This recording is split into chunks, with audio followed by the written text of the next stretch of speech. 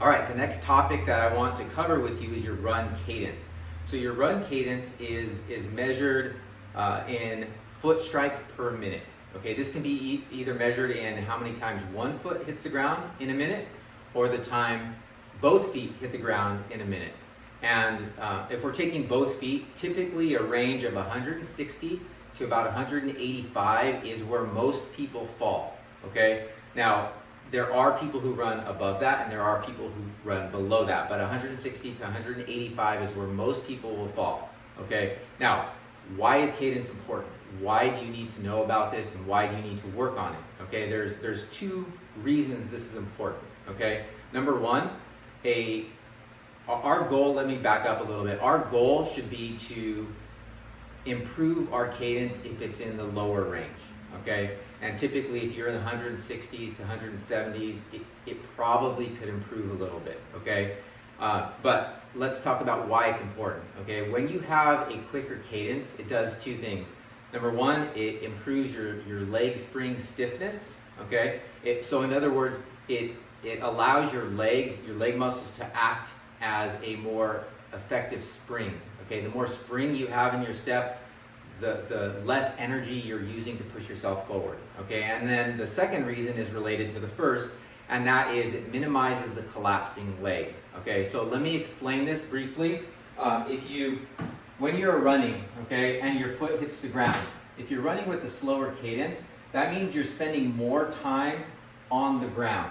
Your foot is spending more time on the ground, and what happens when you do that is your body typically has to carry more of the weight and the load of your body as you are pushing through.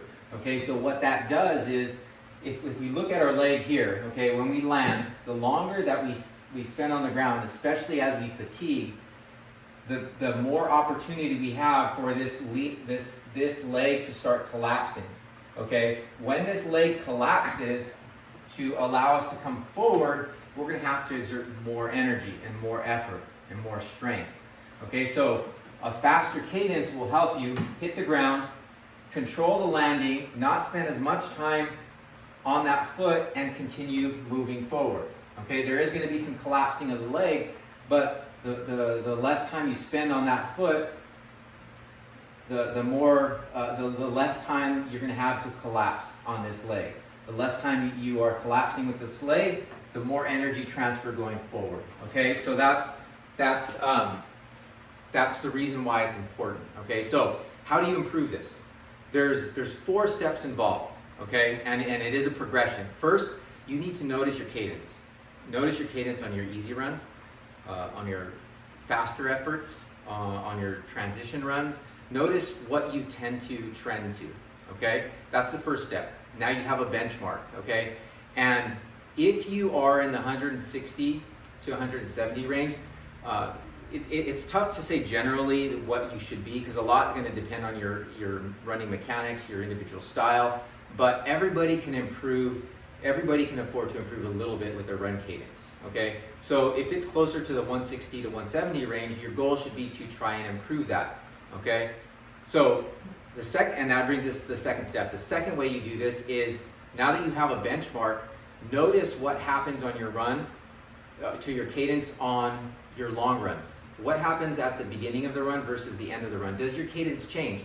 And with the athletes that I've coached over the years, a lot of people will slow down 5 to 6 foot strikes per minute as they fatigue.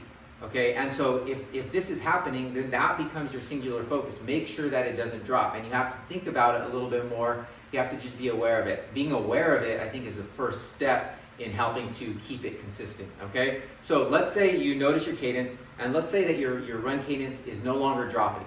You're not dropping your run cadence as you continue to run. Okay, then your next goal should be try increasing it by 5%. Don't make huge jumps. If you're at 160 foot strikes per minute, don't jump up to 190, because that's not going to be sustainable. That's going to compromise your mechanics. Okay, but start with 5% and make that your target. Okay, then your fourth step is over cadence. So typically when you're doing faster efforts, when you're doing more like zone 3 runs, or you're doing hill repeats, you're going to be running at a much faster cadence than is normal. And take the time to observe what's happening to your cadence as you're speeding up for these faster efforts. Okay, so notice your cadence, keep it from dropping, increase it by 5%, and then focus on your over cadence work. Now, those have to happen in order. Don't immediately jump to the fourth step if you haven't even noticed your cadence to begin with, okay? So notice, keep it from dropping, increase it by 5%, and then over cadence on your faster workouts.